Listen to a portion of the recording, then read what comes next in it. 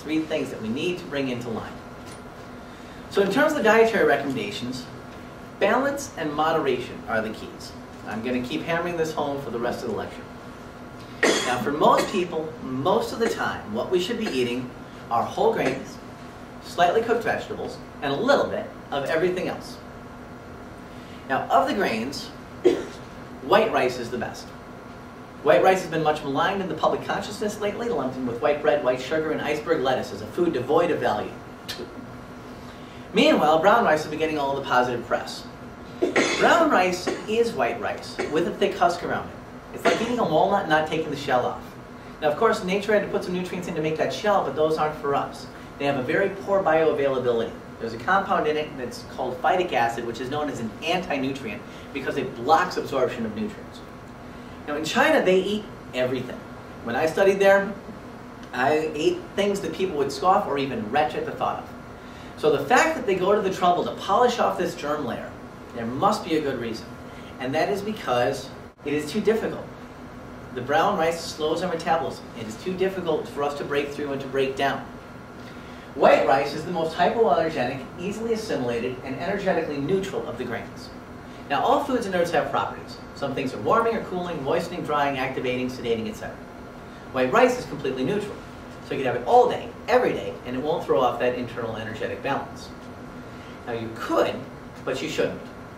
All foods have things that are both good and bad about them, and every food has something that no other food can give us. So while white rice is the best, it shouldn't be taken to the exclusion of all the other grains. But white rice is the best because of the efficient digestion. We want to be able to process things easily. We don't want too much work. We get all of our energy from this system. We don't want to spend too much processing it. I liken this to an ATM fee, where they charge you $3 to take out 10.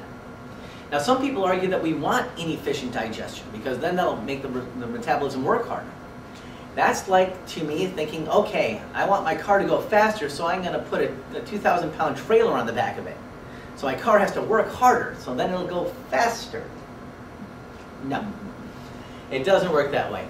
We make it easy, and then we can just serve as the filters. Send the good stuff to the tissue, bad stuff to the tissue paper.